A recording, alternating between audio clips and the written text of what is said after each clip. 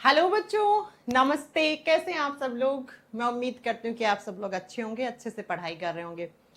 Welcome to Futurecool coaching. आप सभी का फ्यूचरकुल कोचिंग की बायोलॉजी की क्लास में बहुत बहुत स्वागत है।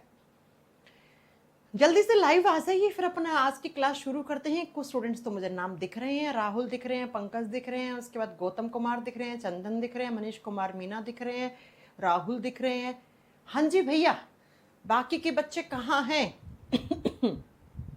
जल्दी जल्दी आएंगे। एक बार मैं रिफ्रेश कर लेती हूँ जिससे आपको कमेंट्स भी दिख जाएं। Shivam, good evening, good evening. हाँ जी बेटा, कल मेरी क्लास नहीं हो पाई थी। कल थोड़ी तबीयत सही नहीं थी, इसलिए मैंने कहा कोई बात नहीं, जो कल क्लास नहीं हुई वो सैटरडे को कर लेंगे हम क्लास। इसलिए कल मेरी क्लास नहीं हो पाई थी। थोड़ी तबीयत सही नहीं लग रही थी, थकान सी लग रही थी, वीकनेस से लग रही थी, तो मैंने कहा कोई बात नहीं, आज छुट्टी करती हूँ, आज रेस्ट करती हूँ। कभी कभी शरीर को आराम देना भी बहुत जरूरी होता है। चलिए भाई, शुरू करें अपनी आज की क्लास। आप सभी को गुड इवनिंग, नमस्ते। कैसे हैं आप सब लोग? कैसे हैं सब लोग? शुरू करें अपनी आज की क्लास। हम क्या पढ़ रहे थे? अच्छा, सबसे पहले आप सभी को नवरात्रों की ढेर सारी शुभकामनाएं। जय माता दी। माता रानी आप पे कृपा बनाए रखे। और आपको पता है नवरात्रों में 9 दिन हम माता की पूजा करते हैं।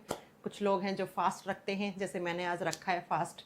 मैं पहला और आखिरी करूंगी, सारे नहीं करूंगी, पहला और आखिरी फास्ट रखूंगी। सिर्फ 9 के 9 नहीं कर पाऊंगी, क्योंकि अभी थोड़ा सा ऐसा है कि तबीयत थोड़ी साथ नहीं दे रही है, इसलिए। चलिए शुरू करें अपनी आज की क्लास भैया। प्यारे प्यारे भाइयों और बहनों, कैसे हो? शुरू कर दे क्लास। नमस्ते भाई, नमस्ते, राम राम, जय हिंद। जो बच्चा राधे राधे बोल रहा है उसको राधे राधे, जो बच्चा जय माता दी बोल रहा है उसको जय माता दी। Priyanka good evening. Chandan ma'am class की टाइमिंग चेंज कर दो। अच्छा, कर दें क्या? चलो फिर अगले सप्ताह से चेंज कर देंगे, डोंट वरी। ठीक है, आ जाओ, शुरू करते हैं अपनी आज की क्लास। हम लास्ट क्लास में पढ़ रहे थे एंडोक्राइन सिस्टम, अंतःस्रावी तंत्र। एंडोक्राइन सिस्टम जो होता है वो क्या बनाता है? वो हॉर्मोन्स बनाता है। हमने 5वीं ग्रंथि स्टार्ट कर ली थी, है ना। 5 नंबर पे हमने ग्लैंड पढ़ी थी, एड्रिनल ग्लैंड। मैंने आपको पिछली क्लास में पढ़ाया था कि एड्रिनल ग्लैंड जो होती है वो हमारी दोनों किडनियों के ऊपर 2 होती हैं। और मैंने कहा था एड्रिनल ग्लैंड के 2 हिस्से होते हैं। अंदर वाले हिस्से को हम मेडुला कहते हैं, बाहर वाले हिस्से को, आउटर पार्ट को हम कॉर्टेक्स पार्ट या वलकुट भाग कहते हैं। पिछली क्लास में हमने पढ़ा था कि मेडुला से कौन कौन से हार्मोन निकलते हैं। मेडुला से 2 इमरजेंसी हार्मोन निकलते हैं जो सिर्फ आपातकालीन स्थिति में निकलते हैं। कैसी आपातकालीन? मैम जब डर लगता है, फियर फाइट फ्लाइट, करो या मरो, करो या भागो। कौन कौन से हार्मोन्स थे? एड्रिनलिन, नोरएड्रेनालिन। ठीक है, अब हम देखेंगे कि जो एड्रिनल ग्लैंड का बाहर वाला हिस्सा है, ये उसको क्या कहते हैं? कॉर्टेक्स कहते हैं। कॉर्टेक्स कौन सा पार्ट है? आउटर है, बाहरी हिस्सा है। इस बाहरी हिस्से से कौन कौन से हार्मोन सिक्रीट होते हैं, आज हम ये पढ़ेंगे, है ना। चलो, आज हम इसके बाद 2 और ग्रंथि करेंगे, फिर कल की क्लास में अपना चैप्टर खत्म। यह आ जाओ। कॉर्टेक्स से जो हार्मोन निकलते हैं उनको कहते क्या है? सुनो, कॉर्टेक्स वाले हिस्से से जो हार्मोन निकलते हैं उनके 2 नाम होते हैं। एक नाम तो है कॉर्टिसोल। क्या नाम है? कॉर्टिसोल। आपको नाम याद रखना पड़ेगा, बिकॉज ये बीपीएससी के पेपर में पूछा हुआ क्वेश्चन है। कॉर्टिसोल हार्मोन कौन सी ग्रंथि बनाती है? या फिर इन्हीं हार्मोन्स के दूसरे नाम किस नाम से जाना जाता है? कॉर्टिकोइड्स नाम से जाना जाता है। अब भैया नाम जैसे भी आपको याद करने पड़ेंगे, कॉर्टिसोल या कॉर्टिकोइड्स, इन नाम से हम इन हार्मोन्स को जानते हैं। अच्छा देखो, कॉर्टिकोइड्स और कॉर्टिसोल का मतलब क्या है? ये हार्मोन का एक ग्रुप है। ये हार्मोन का ग्रुप है। ग्रुप के अंदर बहुत सारे हार्मोन हैं। तो जो एड्रिनल ग्लैंड के बाहर वाले हिस्से से जो हार्मोन निकलते हैं, उन हार्मोन्स को एक ग्रुप से नाम दे दिया हमने, एक ग्रुप बना दिया हमने। जैसे हमारे स्कूल कॉलेजेस में होता था ना, ग्रुप बन गया, उसका नाम दे दिया, हाउसेस होते थे, है ना। ऐसे ही यहां पर हार्मोन से हार्मोन्स का ग्रुप है, तो उसको नाम दे दिया। क्या नाम दिया? कॉर्टिसोल या कॉर्टिकोइड्स। एग्जामिनर पूछेगा कॉर्टिकोइड्स या कॉर्टिसोल हार्मोन कौन सी ग्रंथि स्राव करती है? आंसर होगा एड्रिनल ग्लैंड, एड्रिनल ग्रंथि। जी मैम, आ जाओ। अब कौन कौन से हैं? तो आपको यहां पर 3 कॉर्टिकोइड्स हार्मोन्स के नाम याद करने हैं। 3 हार्मोन्स के नाम याद करवाऊंगी मैं आपको, ये तीनों आपको याद रखने हैं। ठीक है, तो अगर आपसे एग्जामिनर पूछे कि कॉर्टेक्स भाग से कौन कौन से हार्मोन निकलते हैं, तब आपको जो मैं नाम जैसे भी है भैया, मैं अपने घर से बना के नहीं लाई हूं, एनसीईआरटी में सेम नाम दिए हुए, तो आपको सेम नाम याद करने पड़ेंगे। पहला जो हार्मोन है इस हिस्से से बनता है उसको बोलते हैं ग्लूकोकॉर्टिकोइड्स। क्या बोलते हैं? ग्लूकोकॉर्टिकोइड्स कहते हैं। हिंदी में सेम नाम है, हार्मोन का नाम हिंदी में बदलता नहीं है, ग्लूकोकॉर्टिकोइड्स। देखो मैंने कहा था ना कॉर्टिकोइड्स ग्रुप है, तो कॉर्टिकोइड्स के आगे लगा दो ग्लूको, तो ग्लूकोकॉर्टिकोइड्स बन गया। दूसरा जो है उसको बोलते हैं मिनरेलोकॉर्टिकोइड्स। मिनरेलोकॉर्टिकोइड्स, कॉर्टिकोइड्स हार्मोन्स का ग्रुप है, उसके आगे मिनरल शब्द लगा दो, मिनरल या मिनरेलो दोनों ही ठीक है। हिंदी में लिखो, सेम नाम है मिनरेलोकॉर्टिकोइड्स, मिनरेलोकॉर्टिकोइड्स। और जो तीसरा होता है उसको बोलते हैं हम एंड्रोजन हार्मोन। ये बहुत बार एग्जाम में आता है मैम कि एंड्रोजन हार्मोन कौन सी ग्रंथि बनाती है। आंसर बोर्ड पे लिखा हुआ है एंड्रोजन हार्मोन। ये लो, ये भी एक हार्मोन का ग्रुप है, एंड्रोजन भी है ना। ठीक है, मत बताओ, मैं आपको बताया हूं, आप पे ही हूं। अबे क्या बोल रहे हो आप, क्या नहीं बताया? मैम प्लीज बताओ, मैम बताओ क्या बताएं। ठीक है, सुनो मेरी बात को ध्यान से सुनो। कोर्टिसोल कोर्टिकोइड्स जो हॉर्मोन्स हैं वो कौन बनाता है? वो कॉर्टेक्स हिस्सा बनाता है। अब हमें यहां पर कितने कोर्टिसोल हार्मोन के नाम याद रखने? ग्लूकोकॉर्टिकोइड्स, मिनरेलोकॉर्टिकोइड्स, एंड्रोजन हार्मोन। कौन सी ग्रंथि बनाती है? एड्रिनल। कौन सा हिस्सा बनाता है? कॉर्टेक्स हिस्सा। याद कर लोगे? जी मैम।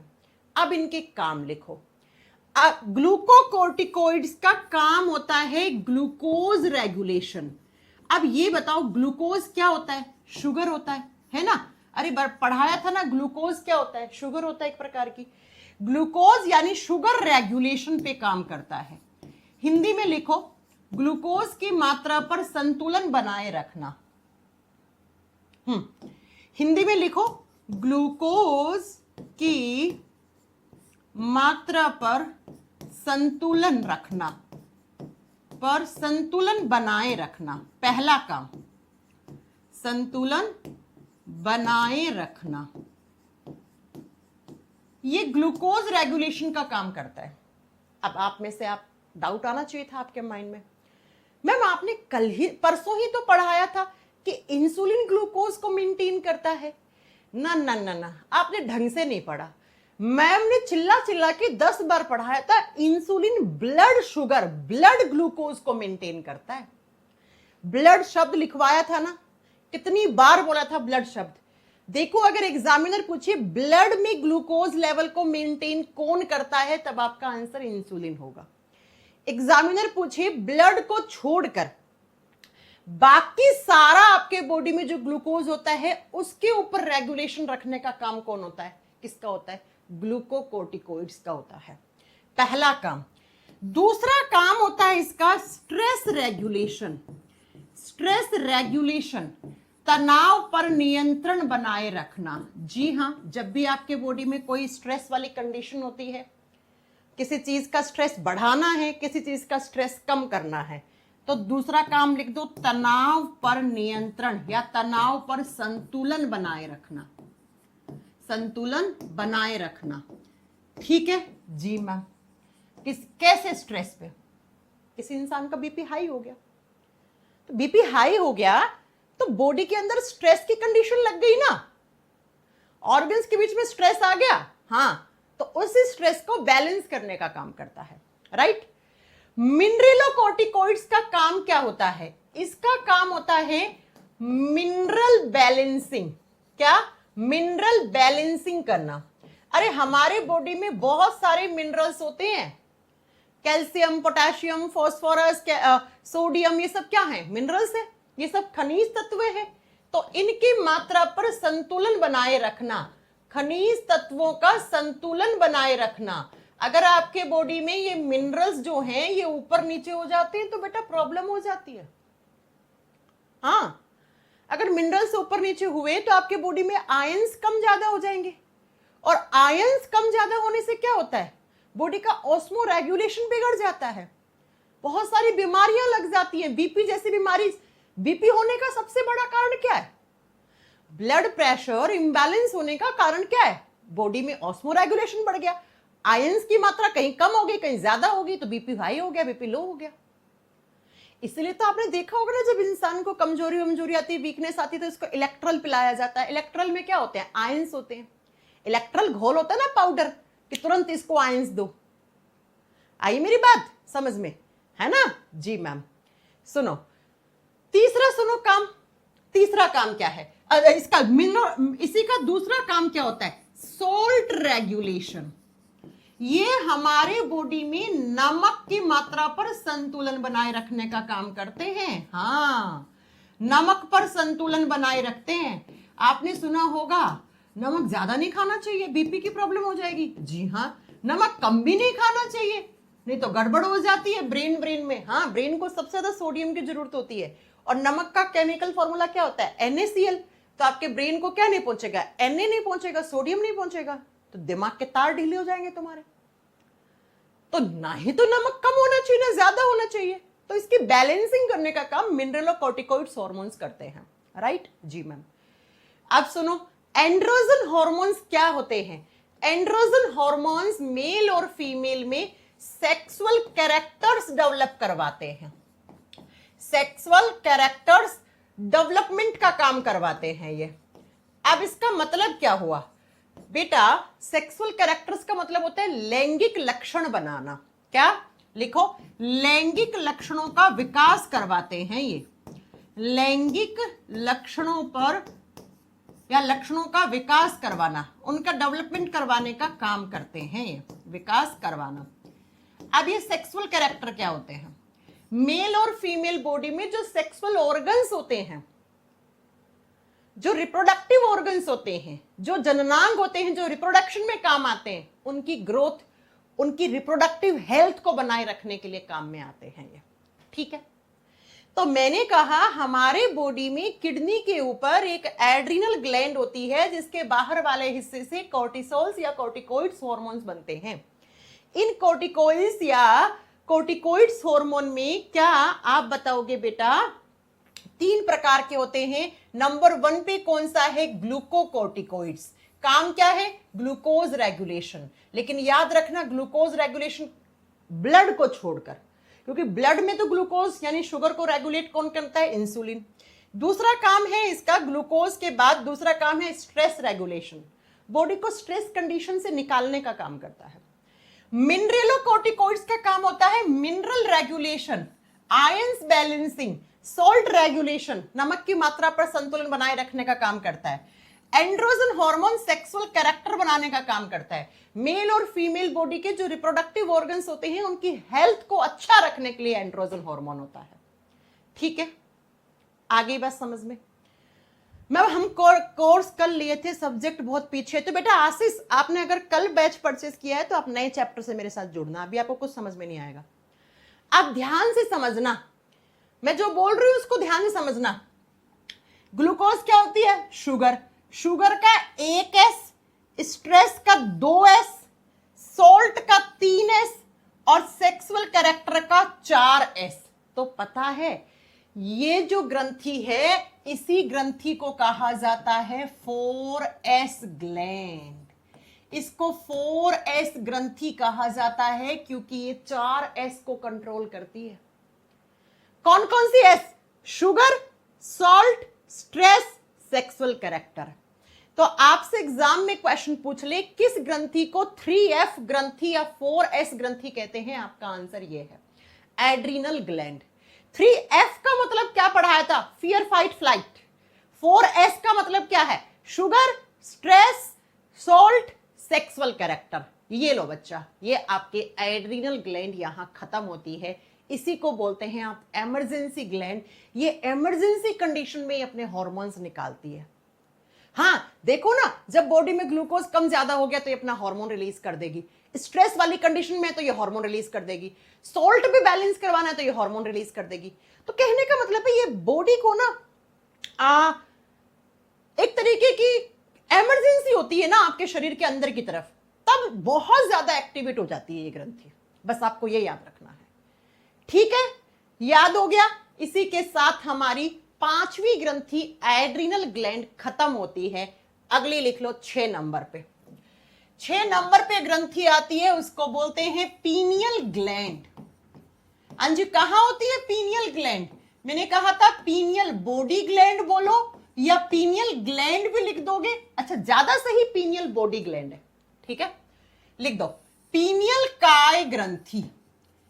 पीनियल काय ग्रंथि कितनी होती है मैम? नंबर में 1 होती है, आपने पढ़ाया था। जी हां, संख्या में 1 होती है। लोकेशन क्या बताई थी इसकी मैम? हमारे ब्रेन में होती है। अरे यही बताई थी, हमारे मस्तिष्क में होती है, दिमाग में होती है।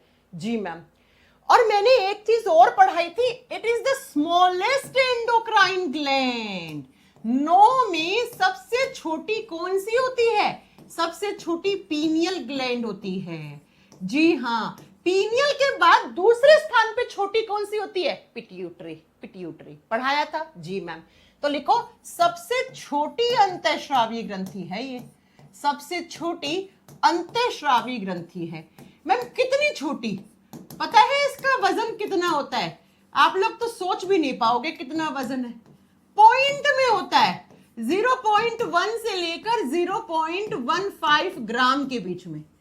बेचारी इतनी सी होती है, इतनी सी होती है बेचारी, सोचो। ठीक है, आगे मेरी बात समझ में? जी मैम। इसको क्या कहते हैं पता है? इसे क्या कहते हैं? इसे थर्ड आई कहते हैं हमारे बॉडी का। तीसरी आंख है ये। हाँ, अगर आपसे पूछ रहे ना किस ग्रंथि को तीसरी आंख से कंपेयर किया गया है, जी हाँ, ये तीसरी आंख है। 2 आंख तो भगवान ने आपको दी होंगी, ये तीसरी आंख है हमारे शरीर की। कैसे? अभी आपको दिखाएंगे, अभी बताएंगे कैसे होती है। इसी ग्रंथि को कहा जाता है बायोलॉजिकल क्लोक ग्लैंड।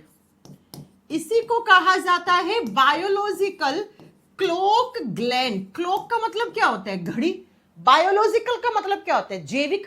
हाँ, इस ग्रंथि को जैविक घड़ी ग्रंथि कहते हैं। अरे घड़ी में जैसे सुई होती है और घड़ी में टाइम आता है और टाइम को देख देख कर आप अपने काम करते हैं। 7 बज गया, मैम की क्लास है। 2 बज गया, मैम की क्लास है। 3 बज गया, मैम की क्लास है। अच्छा, 2 बजे रीजनिंग होता है, घड़ी में देख के तो काम करते हैं। 6 बज गया, चलो उठ जाते हैं। 10 बज गया रात का, चलो सो जाते हैं। यही करते हो? हाँ जी। तो मैंने कहा इस ग्रंथि को हमने तीसरी आंख बोलते हैं और इसी को जैविक घड़ी ग्रंथि कहते हैं। दोनों एग्जाम में क्वेश्चन आते हैं, स्टार कर लेना। और मेरी क्लास में जो स्टार किया हुआ पॉइंट है ना, वो एग्जाम में आता ही आता है। सबूत आप खुद समय के साथ पहचान जाओगे अपनी मैडम को। अब ग्रंथि है, क्या बनाएगी? हार्मोन बनाएगी। तो सबसे पहले हम देखते हैं कि इससे कौन कौन से हार्मोन्स बनते हैं। बेटा ये मुख्य तौर पर 2 हार्मोन्स बनाती है। दोनों हार्मोन फेमस है, एक थोड़ा ज्यादा फेमस है, एक कम फेमस है। पहला जो हार्मोन है इसको बोलते हैं मेलाटोनिन हार्मोन। कौन सा हार्मोन? बोलो मेरे साथ, मेलाटोनिन हार्मोन। एक बार फिर से बोलो, कौन सा हार्मोन? मेलाटोनिन। और जो दूसरा हार्मोन होता है उसको बोलते हैं सेरोटोनिन। हाँ, 2 भाई हैं ये, मेलाटोनिन, सेरोटोनिन, 2 भाई हैं, आपको याद रखना पड़ेगा। सेरोटोनिन। अच्छा, अगर मैं आपसे पूछ लूं इन दोनों में ज्यादा कौन सा बनता है? ये ज्यादा बनता है। ये वाला सिर्फ 1 से 2% में बनाती है, ये वाला मुख्य तौर पे बनता है। बाकी के परसेंटेज में 97-98% यही बनाती है। तो मेन हार्मोन कौन सा हो गया? ये हो गया मैम। अब क्या करता है ये मेलाटोनिन? मेलाटोनिन हार्मोन जो है वो अंधेरे में ज्यादा निकलता है। जैसे ही शाम हुई, रोशनी गायब, रात का अंधेरा होने लगा, आपके बॉडी में धीरे धीरे धीरे मेलानिन का सिक्रेशन बढ़ जाता है। इसीलिए इसी हार्मोन को कहते हैं नाइट हार्मोन। जी हां, फेमस है ये रात वाला हार्मोन।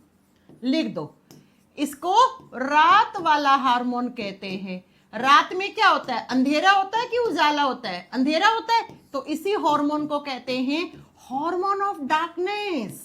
अरे ये अंधेरे वाला हार्मोन है, ये अंधेरे में ज्यादा निकलेगा बेटा, लाइट में नहीं निकलेगा।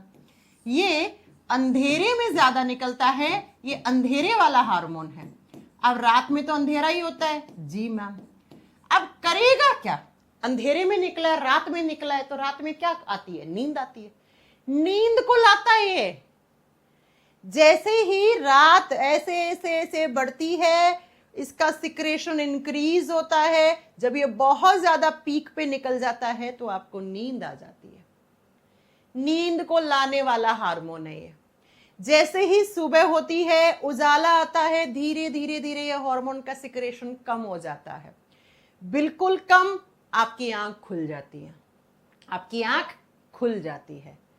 तो ये नींद को लाने वाला और नींद से जगाने वाला दोनों काम करता है बेटा। ये स्लीप एंड वेकअप साइकिल को मेंटेन करता है आपका। तो मैं अगली स्लाइड में लिख रही हूं मेलाटोनिन के फंक्शन, ठीक है, मेलाटोनिन के फंक्शन लिख रही हूं। सेरोटोनिन का तो वहीं लिख देंगे, एक छोटा सा काम है उसका। इसका पहला काम, एफएन का मतलब है काम, क्या काम करता है, पहला काम है इसका स्लीपिंग एंड वेकअप।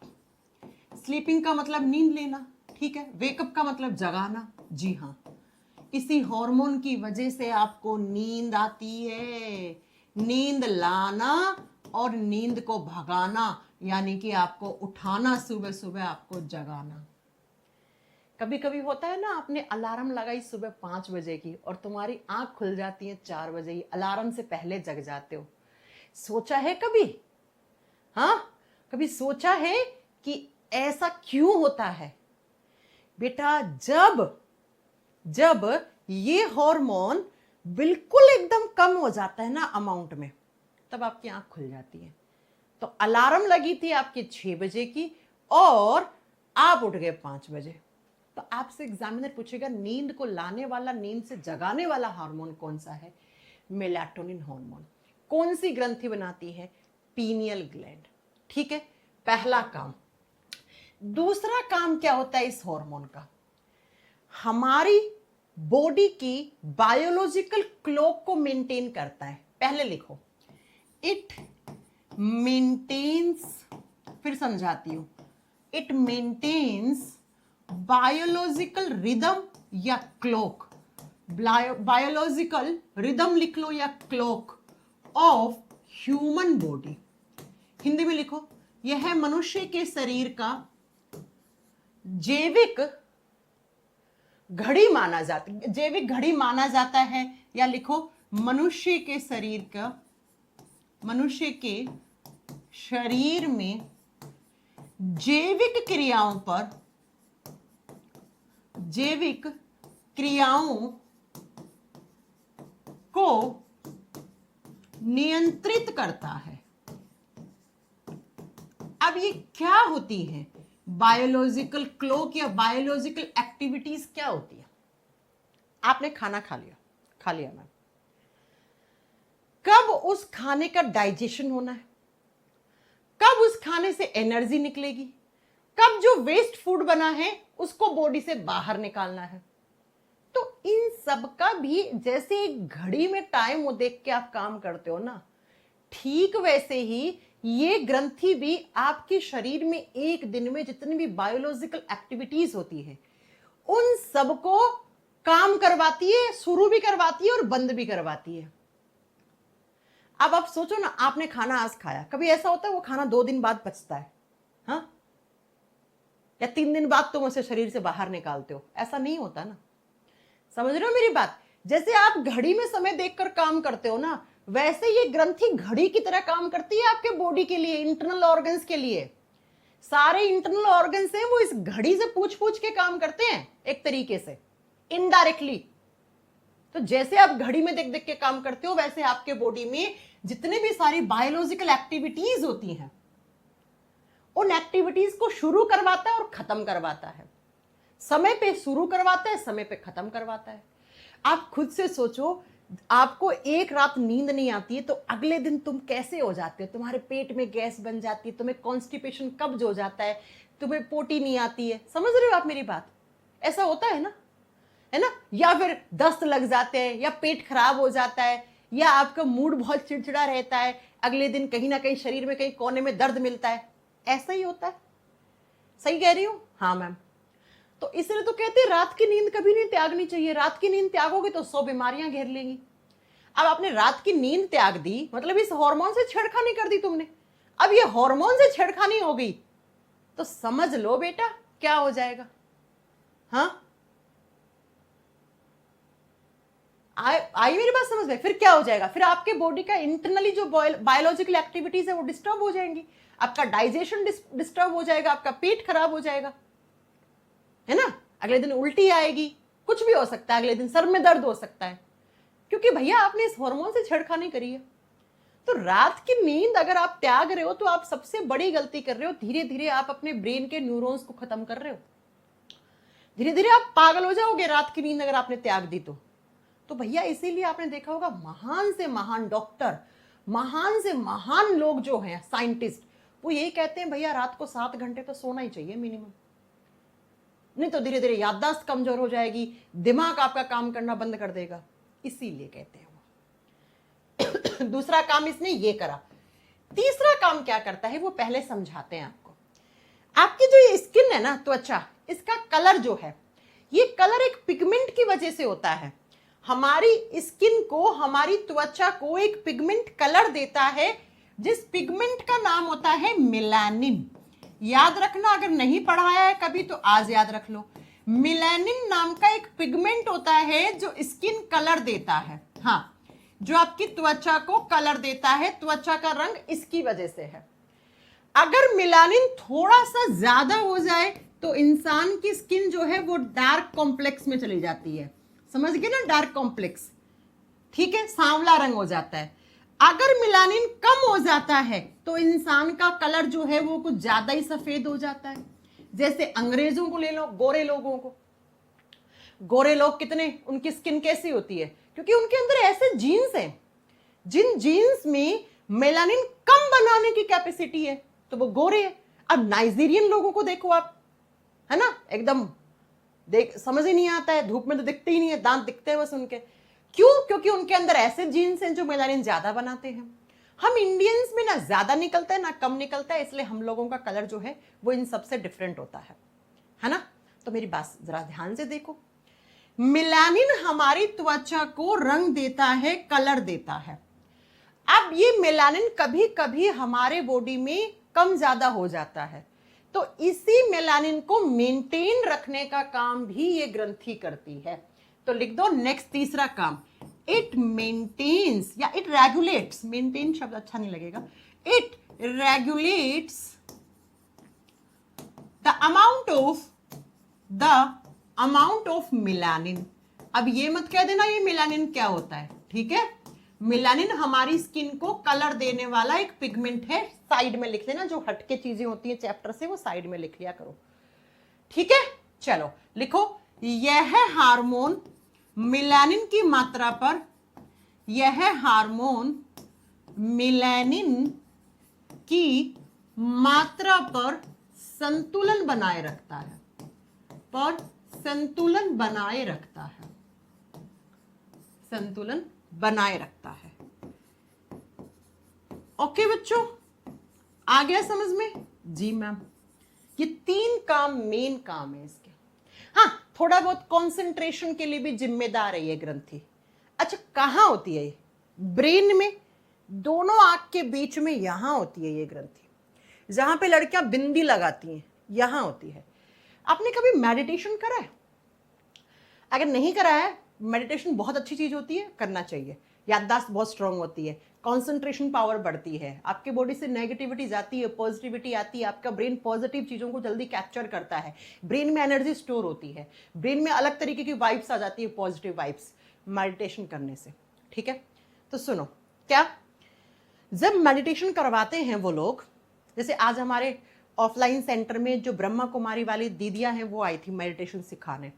झांसी में हमारा ऑफलाइन सेंटर चलता है, फ्यूचर कूल कोचिंग सेंटर, तो वहाँ पर आज हमने एक मेडिटेशन का सेशन भी रखा था सारे स्टूडेंट्स के लिए, क्योंकि स्टूडेंट्स लाइफ में बच्चों को बहुत स्ट्रेस हो जाता है, हर चीज़ से नेगेटिव हो जाते हैं, तो उनके लिए मेडिटेशन बहुत अच्छी चीज़ होती है। तो सुनो, जब ये मेडिटेशन करवाते तो वो ये कहते एकदम आंख बंद करके दोनों आंख के बीच में ध्यान लगाओ। तो पता है वो किस पे ध्यान लगाते हैं? वो आपकी इसी पीनियल ग्लैंड पे लगाते हैं ध्यान।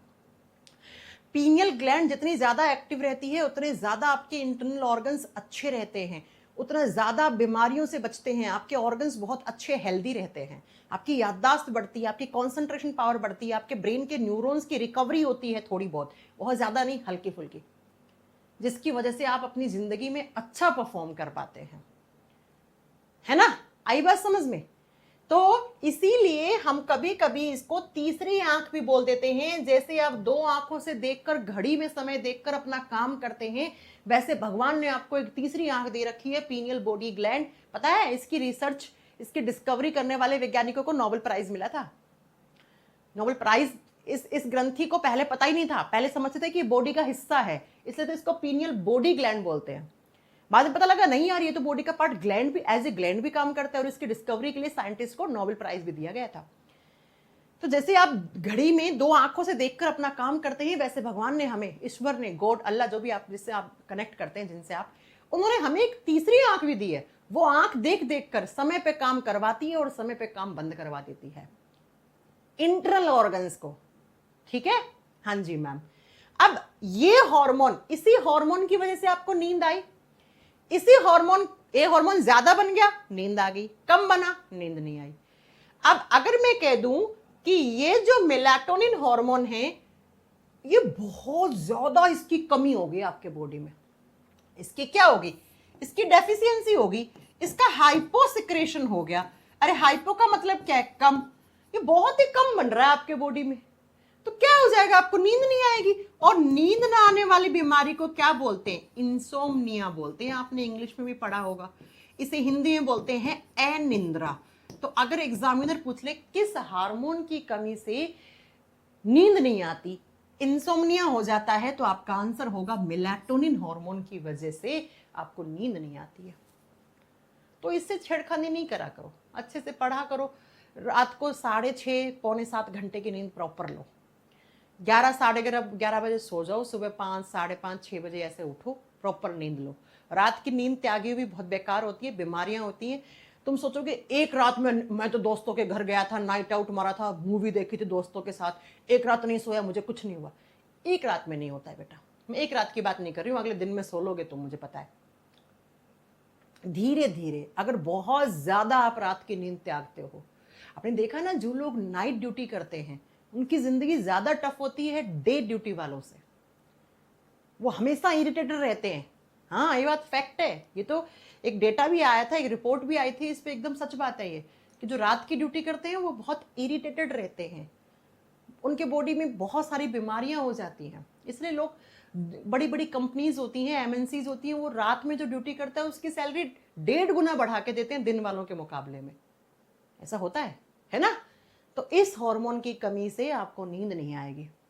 अब सुनो, सेरोटोनिन हार्मोन का काम क्या होता है, ये आपका मूड अच्छा रखता है, मूड गुड रखता है। गुड मूड हो गया या मूड गुड होगा, नहीं गुड मूड होगा, है ना, गलत लिख दिया। ये आपका मूड अच्छा रखने वाला हार्मोन है।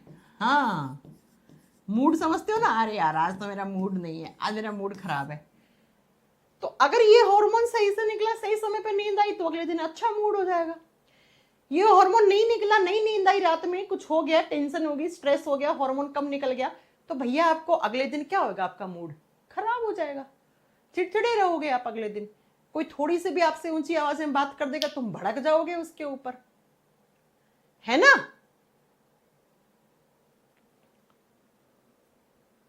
आई बात समझ में, है ना। तो ये वाला आपके लिए, मूड के लिए रिस्पॉन्सिबल होता है कि आपका मूड कैसा रहेगा। अब ये हार्मोन डिपेंड करता है इस हार्मोन पे। जब तक ये हार्मोन सही चल रहा है तब तक ये भी सही चल रहा है, जब ये खराब हो गया तो ये तो आपके मूड की ऐसी तैसी कर देगा, मूड खराब कर देगा, इरिटेट रहोगे आप, गुस्से में रहोगे आप, चिड़चिड़े हो जाओगे आप। तो मूड अच्छा रखने वाला हार्मोन सेरोटोनिन होता है, ये फेमस है मूड के लिए, इसको मूड वाला हार्मोन कहते हैं। ठीक है, तो ये हमारी पीनियल ग्लैंड हो गई है 6 नंबर पे।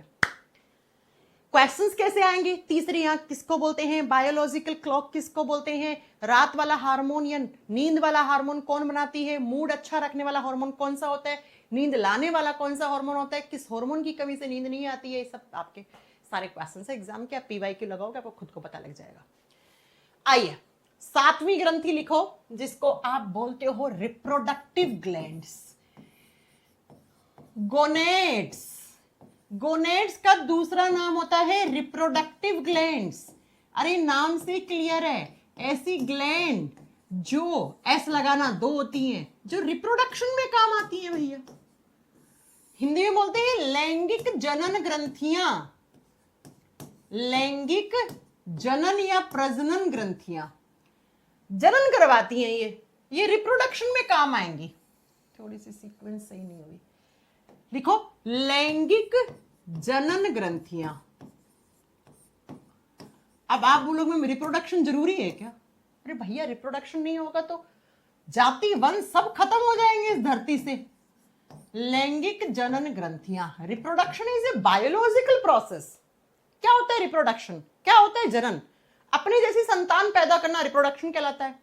गधा है तो गधा अपना, आजकल देखो ना गधे बिल्कुल कम हो गए हैं, गधों का वंश खत्म हो गया है। अभी बीच में आपने एक आर्टिकल पढ़ा था ना कि इंडिया में गवर्नमेंट जो है अगर आपने गधा पाला है तो आपको 50 लाख तक रुपए देगी, है ना? आई बात समझ में? जिराफ खत्म हो गए, क्यों? क्योंकि रिप्रोडक्शन नहीं कर पाए थे, वंश आगे नहीं बढ़ा पाए थे, है ना? आई मेरी बात समझ में? तो reproduction is a biological process, reproduction is very very important process, होना चाहिए रिप्रोडक्शन। नहीं तो भैया जो स्पेसिफिक स्पीसीज रिप्रोडक्शन नहीं करेगी वो एक जनरेशन के बाद खत्म हो जाएगी। तो ऐसी ग्रंथियां जो रिप्रोडक्शन में काम आती है उनको गोनेड्स या रिप्रोडक्टिव ग्लैंड्स कहते हैं। नंबर में 2 होती हैं। अब बेटा रिप्रोडक्शन के लिए 2 लोग चाहिए, एक मेल चाहिए एक फीमेल चाहिए। अब ऐसा थोड़ा ना अकेला लड़का पैदा कर लेगा बच्चा या अकेली लड़की पैदा कर लेगी, नहीं, तो दोनों की अलग अलग रिप्रोडक्टिव ग्लैंड्स होंगी, है ना? तो नर जनन ग्रंथि अलग होती है और मादा जनन ग्रंथि अलग होती है। मेल गोनेड्स को नाम दिया गया है, 1 लिखोगे तो टेस्टिकल, 2 लिखोगे तो टेस्टिस, वृषण। और फीमेल ग्लैंड को 1 लिखोगे तो ओवेरी, 2 लिखोगे तो ओवेरीज, हिंदी में बोलते हैं अंडाशय, अंडाशय। ठीक है, तो अगर मैं आपसे पूछ लूं मेल गोनेड्स का नाम क्या है, सिंगल लिखोगे टेस्टिकल, 2 लिखोगे टेस्टिस। फीमेल गोनेड्स का नाम क्या है, 1 लिखोगे ओवेरी, 2 लिखोगे ओवेरीज। ठीक है, आई बात समझ में? टेस्टिस कितने होते हैं? 2। ओवेरी कितने होते हैं? 2। जी मैम, हाँ जी मैम। ठीक है, अब जब दोनों ग्रंथियां अलग अलग हैं तो दोनों अपने अलग अलग हार्मोन बनाएंगी भैया। जो मेल बॉडी में वो मेल बॉडी के लिए हार्मोन बनाएगी और फीमेल में वो फीमेल के लिए बनाएगी अलग, है ना? चलो फिर सुनो मेरी बात। टेस्टिस क्या करता है, बहुत इंपॉर्टेंट, यहां से जो पूछा जाएगा एग्जाम में। लड़कों के अंदर जो 2 टेस्टिकल्स होते हैं वो एक बहुत फेमस हार्मोन बनाते हैं जिसको टेस्टोस्टेरोन हार्मोन कहते हैं। अरे कौन सा हार्मोन? टेस्टोस्टेरोन। लड़के लोगों, तुम लोगों को कम से कम इस हार्मोन का तो नाम याद होना चाहिए। अगर ये हार्मोन ना बना ना तो तुम्हारी जिंदगी ना एकदम ब्लैक एंड व्हाइट हो जाएगी, रंगीन से। तो तुम लोग इसका तो नाम याद कर लो कम से कम। टेस्टोस्टेरोन को कहा जाता है मेल हार्मोन, ये नर हार्मोन है। ये एक लड़के को लड़की से डिफरेंट बनाता है भैया। हाँ, तुम्हारी जो सो कॉल्ड मर्दानगी है ना, जिसको बोलते हो मेलनेस, उसके लिए जिम्मेदार है ये हार्मोन, राइट? चलो लिखो, इसी को कहा जाता है नर हार्मोन, नर हार्मोन। और ओवेरीज से क्या बनते हैं? जैसे लड़कों में मेल हार्मोन टेस्टोस्टेरोन बन गया, वैसे महिलाओं में बनता है एक तो एस्ट्रोजन हार्मोन। कौन सा बच्चों? Estrogen hormone. और इसी एस्ट्रोजन हार्मोन को कहा जाता है फीमेल हार्मोन। एक लड़की को लड़के से अलग बनाता है। जी हाँ, इसी को बोला जाता है लड़की वाला हार्मोन या मादा हार्मोन। ठीक है बच्चों? जी मैम। अब मेरी बात को जरा गौर से सुनना। अब लड़कियों को तो बच्चा भी पैदा करना होता है भैया, है ना? जी मैम। तो लड़कियों के बॉडी में बच्चा पैदा करने वाले हार्मोन्स अलग से बनेंगे? हाँ जी मैम। इसी ओवेरी से एक दूसरा हार्मोन बनता है जिसको बोलते हैं प्रोजेस्टेरोन हार्मोन। लेकिन ये उसी लड़की में बनता है जिस लड़की ने कंसीव कर लिया है, जो मां बनने वाली है। ठीक है, लिखिए लिखो मैम, फैट या लिपिड से बना होता है हार्मोन, ये सब स्टेरॉइड हार्मोन्स है, पढ़ा चुकी हूं मैं। कौन बच्चा पूछ रहा है? पहले ही पढ़ा चुकी हूं। लिखो प्रोजेस्टेरोन हार्मोन। जब स्टार्टिंग में लिखवा चुकी हूं तो बार बार थोड़ा ना लिखवाऊंगी। प्रोजेस्टेरोन हार्मोन फेमस है किस नाम से? It is a pregnancy hormone. जी हाँ बेटा, इसको बोला जाता है हिंदी में गर्भाधारण हार्मोन। ये गर्भ को धारण करने में हेल्प करता है। गर्भ का मतलब क्या होता है? जो बच्चा मां के गर्भ में है। P for pregnancy, P for progesterone. ठीक है, जब एग्जामिनर पूछे फीमेल हार्मोन कौन सा है, तब चुपचाप एस्ट्रोजन करके आना, प्रोजेस्टेरोन मत करके आना। प्रोजेस्टेरोन सिर्फ उसी लड़की में बनेगा जिस लड़की ने कंसीव कर लिया है, जो लड़की मां बनने वाली है। ये मां बनने का सौभाग्य प्रदान करता है किसी भी महिला को। ठीक है, अगर किसी लड़की में प्रोजेस्टेरोन नहीं बन रहा है तो वो मां नहीं बन पाती है। अभी बताओ प्रोजेस्टेरोन बनाता कौन है? ओवेरी। तो अगर किसी महिला के ओवेरी निकल जाए, ओवेरी में कैंसर वेंसर हो जाए, तो क्या वो मां बन पाएगी? नहीं बन पाएगी। आई मेरी बात समझ में? हाँ जी मैम। अब ये टेस्टोस्टेरोन मेल बॉडी में करवाता क्या है?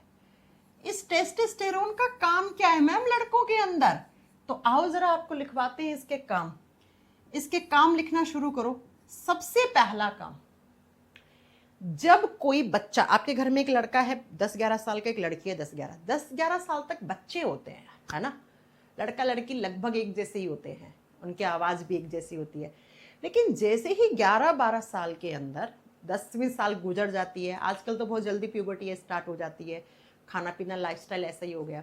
तो जैसे ही लड़का 11-12 साल का होता है तो क्या उसकी दाढ़ी मूछ आना शुरू हो जाती है ना? हल्की हल्की दाढ़ी आ जाती है, मूछ आ जाती है। दाढ़ी मूछ कौन लाता है? यही हार्मोन लाता है।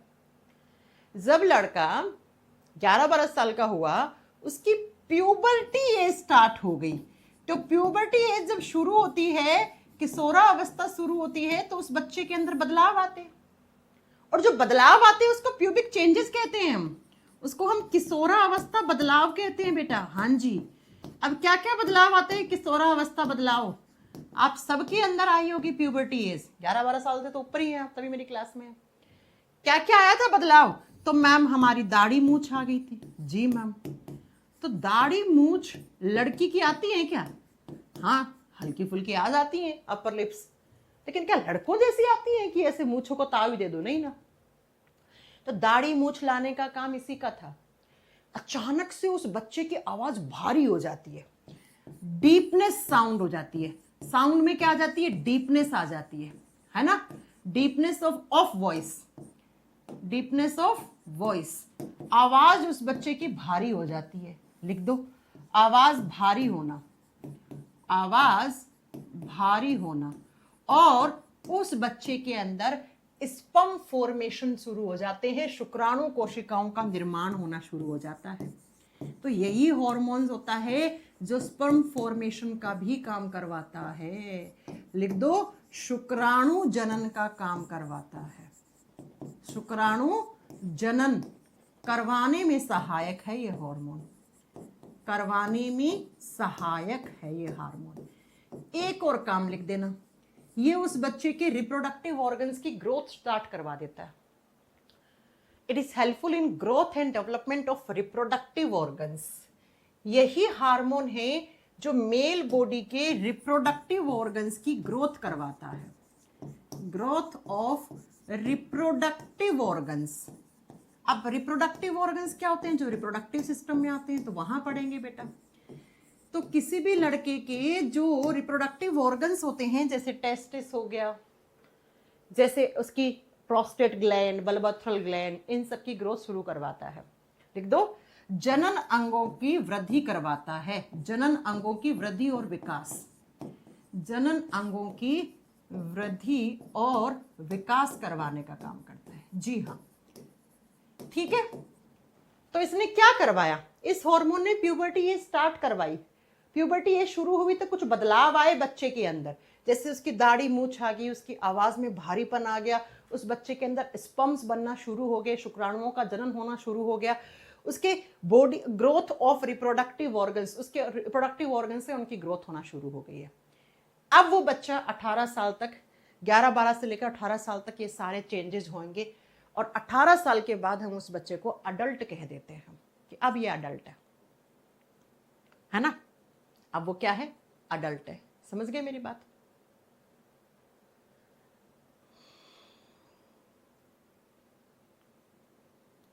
शिवम मैं समझ नहीं पा रही हूं आपका पूरा कमेंट, बाद में देखती हूं लास्ट में। अब लड़कों के अंदर टेस्टोस्टेरोन ने ये काम करवाया है, एक लड़के को लड़की से अलग बनाया है ना।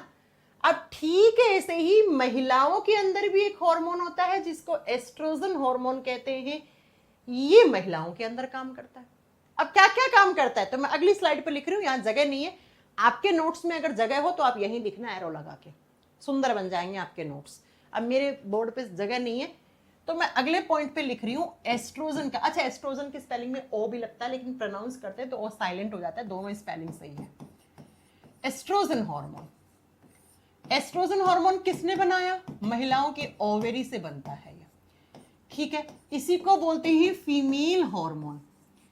ये एक लड़की को लड़के से अलग बनाता है, ठीक है, लिख दो। इसी को हम मादा हार्मोन या लड़कियों वाला हार्मोन कहते हैं।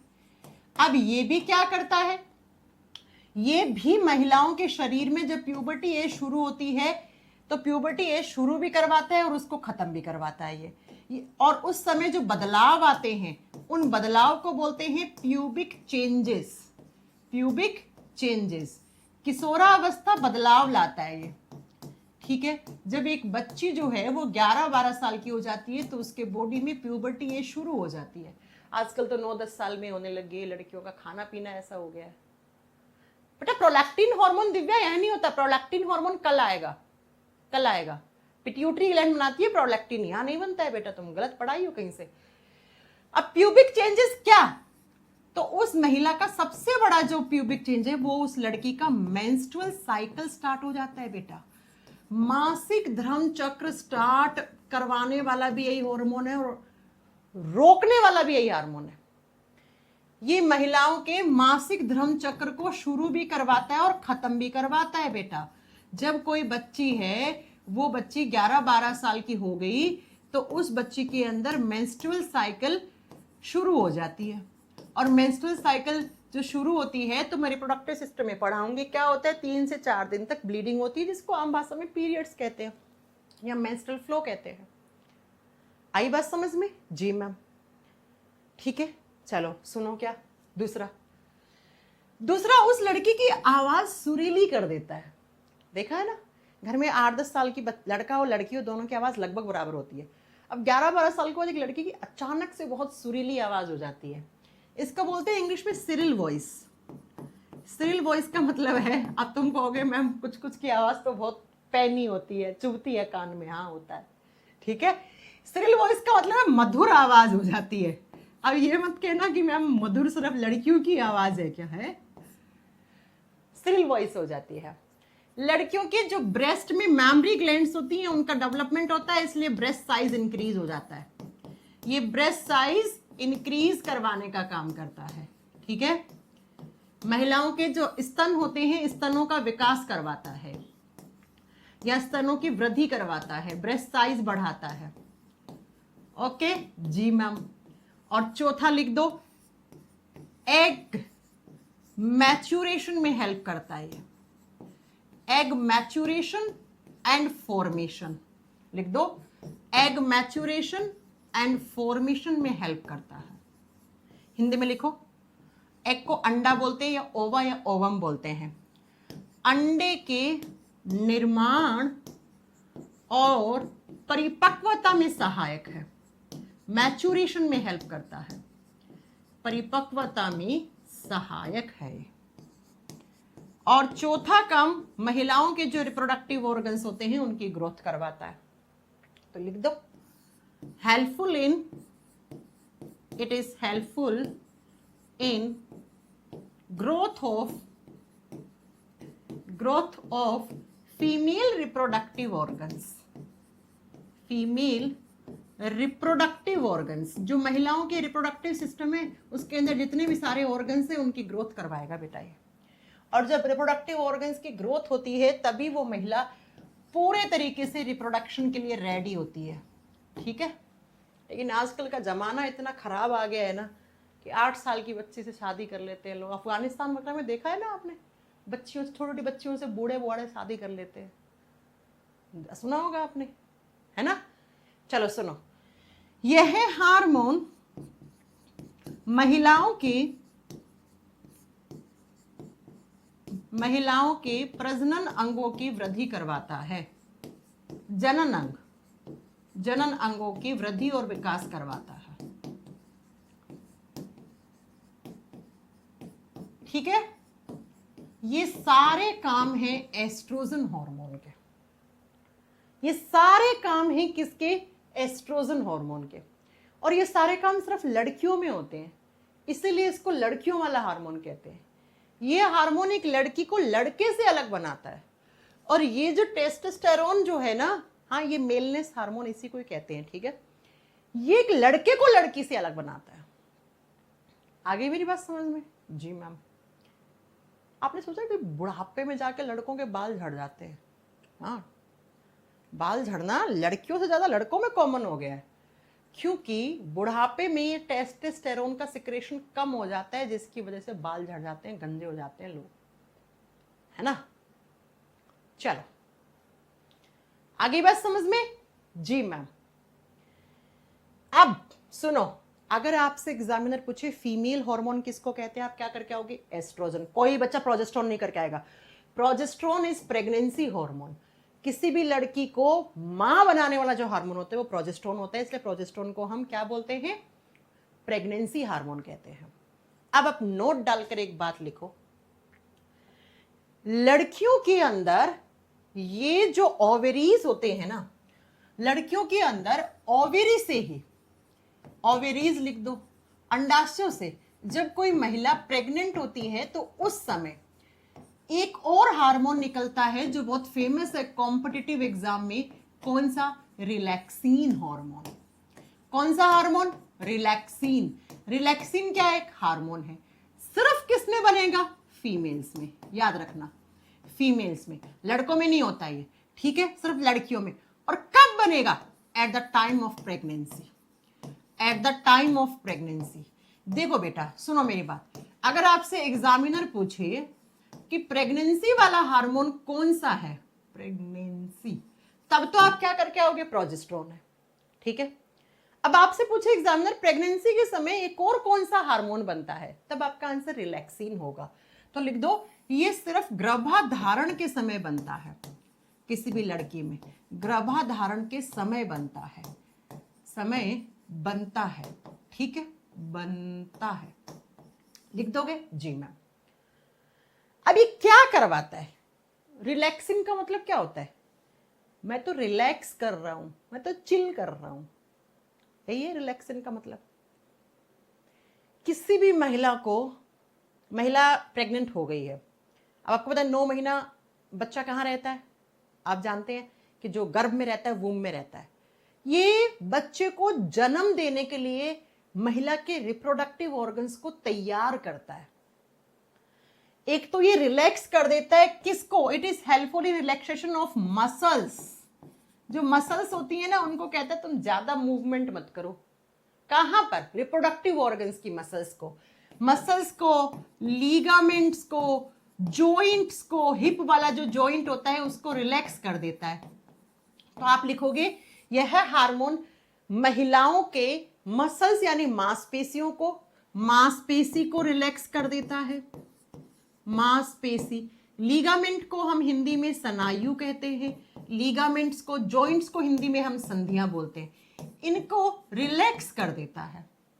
और किसी भी महिला को लेबर के लिए, लेबर पेन समझते हो? लेबर पेन क्या होता है? जब कोई महिला अपने बच्चे को जन्म देती है तो उस समय उसको जो दर्द होता है उसको लेबर पेन कहते हैं, उसको प्रसव पीड़ा कहते हैं, ठीक है। ये लेबर की प्रिपरेशन करवाता है, ये ऑर्गन्स को कहता है हाँ भाई अब समय आ गया है कि बच्चे को जन्म देना है।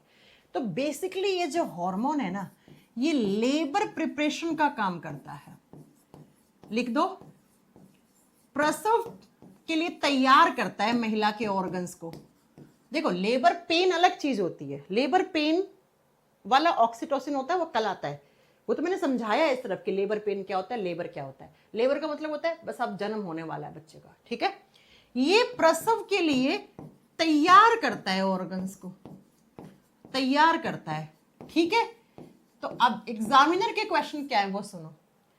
किसी भी महिला को बच्चे को जन्म देने के लिए, मतलब कि अब महिला को तैयार करना है, उसके ऑर्गन्स को तैयार करना है कि भैया अब बच्चे को डिलीवरी का समय आ गया है, तो उसको हम रिलैक्सिन हार्मोन कहते हैं। दूसरा, ये महिला के जो रिप्रोडक्टिव ऑर्गन्स के आसपास जितने भी लीगामेंट्स होते हैं, हिप वगैरह में जो जॉइंट्स होते हैं, उनको रिलैक्स कर देता है कि तुम रिलैक्स रहो, बहुत ज्यादा तुम काम मत करो, ठीक है। तो आपको याद रखना है कि रिलैक्सिन हार्मोन भी प्रेगनेंसी में काम आता है। ये प्रेग्नेंट करवाता नहीं है, हो गई प्रेग्नेंट लड़की उसके बाद ये अपना योगदान देता है। जबकि प्रेग्नेंट करवाने वाला हार्मोन कौन सा होता है, तो मैंने पढ़ा है प्रेगनेंसी वाला हार्मोन प्रोजेस्टेरोन होता है। प्रोजेस्टेरोन प्रेगनेंसी को मेंटेन रखता है, आप लिख सकते हो, ये मेंटेन रखता है पूरा का पूरा 9 महीने। ये प्रोजेस्टेरोन क्या करता है, प्रेगनेंसी को मेंटेन रखने वाला हार्मोन होता है बेटा। आगे बात समझ में। किसी महिला ने बच्चे को कंसीव कर लिया, 3 महीने 4 महीने का बच्चा हो गया, अचानक से उसके बॉडी में कुछ हॉर्मोन्स के उथला फुथली मची, प्रोजेस्टेरोन का सिक्रेशन गिर गया, तो भैया उसकी प्रेगनेंसी मेंटेन नहीं रह पाती है। समझ रहे हो आप मेरी बात, मैं क्या कहना चाह रही हूँ, समझ रहे होंगे शायद, ठीक है। तो अगर आपसे पूछे प्रेगनेंसी को मेंटेन कौन रखता है या प्रेगनेंसी करवाता कौन है, तो प्रोजेस्टेरोन। तो ये प्रेग्नेंट करवाता है महिला को। अब कैसे करवाता है वो रिप्रोडक्टिव सिस्टम की बात है। और ये जो है ये प्रेगनेंसी के बाद महिला के रिप्रोडक्टिव ऑर्गन्स को तैयार करता है कि भैया तुम्हें बच्चे को जन्म देना है, तुम्हें उस बच्चे को अपने वूम्ब से, अपने गर्भ से बाहर की दुनिया में लाना है, राइट। ओके, ठीक है, बात समझ में आ गई है मेरी कि प्रोजेस्टेरोन क्या करता है और एस्ट्रोजन क्या करता है। तो याद रखना, मेल बॉडी में एक जोड़ी टेस्टोस्टेरोन होते हैं, फीमेल में ओवरीज होते हैं। अब भैया मेल बॉडी का इतना ही काम है ना। अब फीमेल को तो बच्चा भी पैदा करना है, तो उसमें बच्चे वाले हार्मोन्स भी बनते हैं। तो इसीलिए तो कहते हैं जब एक लड़की माँ बनने वाली होती है उसके बॉडी में हार्मोन्स इतना ऊपर नीचे होते हैं ना कि वो चिड़चिड़ी रहती है बहुत ज्यादा। तो सच्ची बात है, वो चिड़चिड़ी रहती है, हार्मोन्स इतना सा ऊपर नीचे हुआ मूड खराब कर देता है ना, ठीक है। तो ये आपकी आज हमने 7 ग्रंथि पूरी कर ली। अब एग्जाम के बहुत सारे क्वेश्चन हैं यार। मेल हार्मोन कौन सा होता है, फीमेल हार्मोन कौन सा होता है, कौन सा हार्मोन मेंस्ट्रुअल साइकिल शुरुआत करवाता है, एंड करवाता है, कौन सा हार्मोन प्रेगनेंसी वाला हार्मोन है, कौन सा हार्मोन जो है वो किसी भी महिला के रिप्रोडक्टिव ऑर्गन्स को जन्म देने के लिए तैयार करवाता है, रिलैक्सिन हार्मोन। कौन सा हार्मोन है जो महिला के रिप्रोडक्टिव ऑर्गन्स के अंदर जो मसल्स जॉइंट्स होते हैं उनको रिलैक्स करवा देता है ताकि उसके गर्भ की क्या हो, ग्रोथ हो और बच्चा जो है वो अच्छे से उसको जगह मिल पाए अंदर 9 महीने के लिए, ठीक है। ये सारे एग्जाम के क्वेश्चन है। ये काजल कह रही है जुड़वा बच्चे कैसे होते हैं। बेटा रिप्रोडक्टिव सिस्टम में पढ़ाएंगे आपको। जुड़वा क्या, मैं तो आपको बता दूंगी 3 बच्चे कैसे होते हैं, 6 बच्चे कैसे होते हैं एक साथ, ठीक है बच्चों। तो आज हमारी 7 ग्रंथियां हो गई हैं। कल 8वीं और 9वीं कर लेंगे। कल प्रैक्टिस नहीं हो पाएगी क्योंकि दोनों बड़ी है। प्रैक्टिस हम एक अलग क्लास में करेंगे, ठीक है। कल 8वीं और 9वीं, या मैं प्रैक्टिस का एक वीडियो डलवा दूं, चलेगा? वहां से पता लग जाएगा आपको कि कैसे कैसे क्वेश्चंस आ रहे हैं एग्जाम में, बताओ। शिवम हेयर मैम, मेरा ये क्वेश्चन आया था, 1 मिनट रुकना, मैं शिवम का डाउट ही खत्म कर दूं कि बोन मैरो और कॉर्निया इनमें से कौन सा ह्यूमन बॉडी में ट्रांसफर हो सकता है। मैंने ऑप्शन में ओनली कॉर्निया क्या था। क्यों बेटा, बोन मैरो ट्रांसप्लांटेशन हो सकता है, दोनों करके आना था, बहुत करके आना था। मैंने तुम लोगों को बताया नहीं था ब्लड वाले चैप्टर में। एग्जाम्पल भी दिया था कि सलमान खान ने अपना बोन, तुम कौन से बैच से हो पहले तो ये बताओ, हाँ कौन से बैच से हो तुम? कितने अच्छे से पढ़ाया था। सलमान खान ने एक छोटी बच्ची को अपना बोन मैरो ट्रांसप्लांट करवाया था, एग्जाम्पल ही बताया था।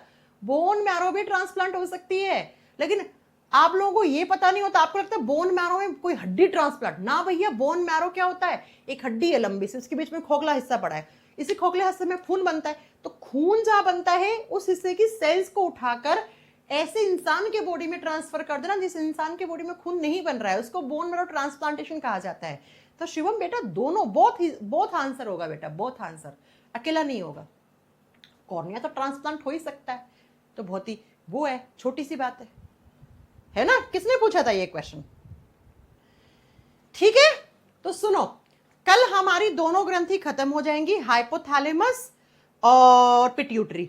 परसों शनिवार है ना, हाँ कल शुक्रवार है, परसों शनिवार को मैं एक प्रैक्टिस क्लास जो है आपके बैच में अपलोड करवाऊंगी, सिर्फ इसी चैप्टर की, और इस चैप्टर में सारे एग्जाम के पीवाईक्यू होंगे।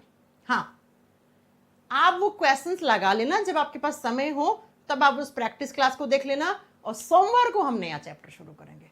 तो अगर किसी बच्चे की पुरानी क्लासेस नहीं पढ़ रहा था वो बहुत दिनों से, या बैच नया रिसेंटली ज्वाइन करा है, तो वो मंडे से मेरे साथ शुरू कर सकते हैं, क्योंकि मंडे को नया चैप्टर होगा। ठीक है, ओके।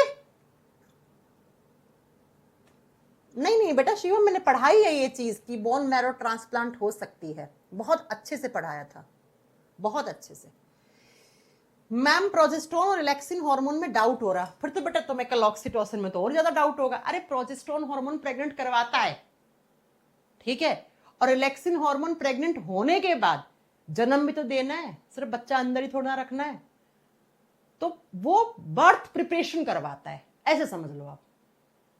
लेबर प्रिपरेशन लिख तो दिया मैंने, ठीक है।